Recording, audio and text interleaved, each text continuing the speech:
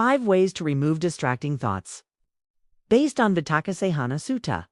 In the Vitakkasanthana Sutta, found in Majjhima Nikaya 20, the Buddha gives one of the clearest and most practical teachings on how to deal with distracting, unwholesome, or unskillful thoughts.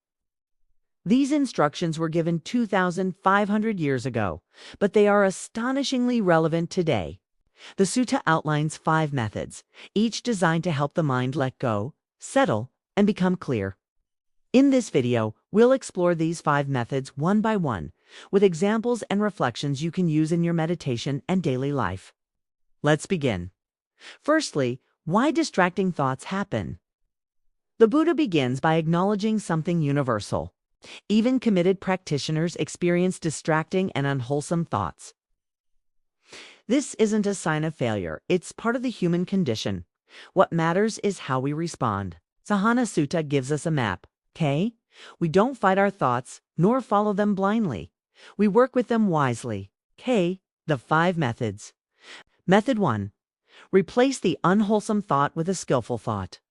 When an unwholesome thought arises filled with craving, anger, fear, or confusion, the Buddha says bring to mind a skillful thought connected with what is good. This method replaces one negative thought with an opposite positive thought. For examples, when anger arises, consciously bring up kindness. When jealousy arises, intentionally reflect on gratitude. When lust arises, reflect on unattractive aspects of the object. When fear arises, contemplate safety, loving kindness, or refuge.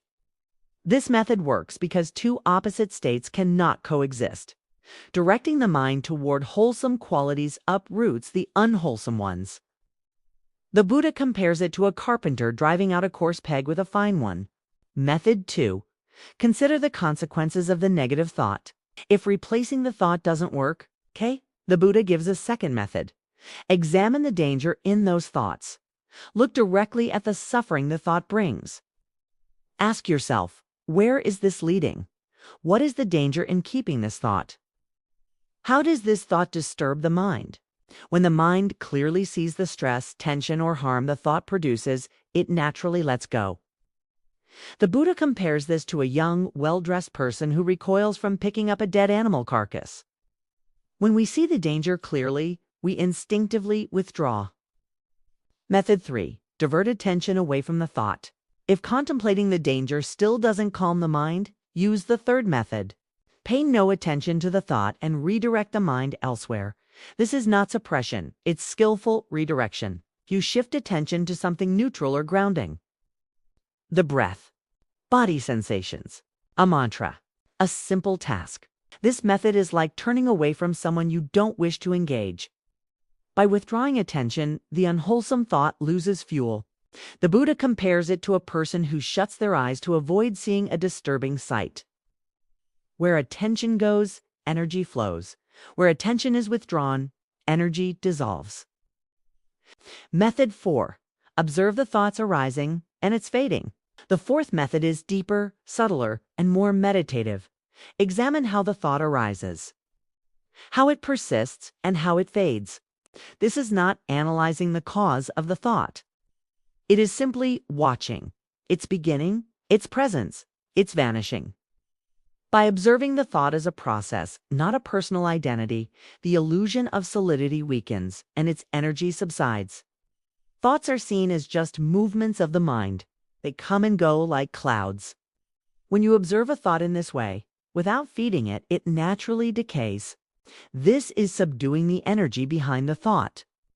The Buddha compares it to changing from walking fast to walking slow, from walking slow to standing still, and from standing still to sitting down. Method 5. Use strong determination to stop the thought. When all other methods fail, the Buddha gives a 5th and final tool. With teeth clenched and tongue pressed against the palate, subdue the mind with the mind. This is a metaphor for firm, decisive resolve.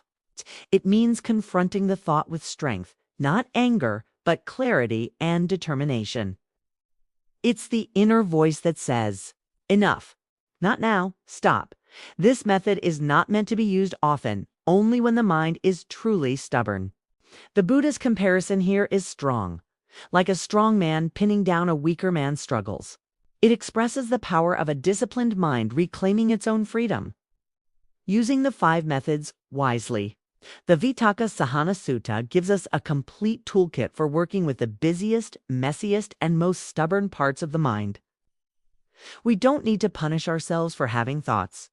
We only need to respond skillfully. Let's recap. Replace the thought.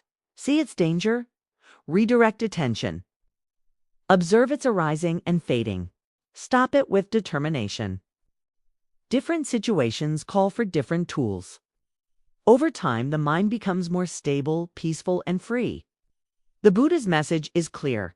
A trained mind is a mind that no longer suffers from its own thoughts. If you practice these methods gently, patiently, and consistently, your mind will become your greatest ally.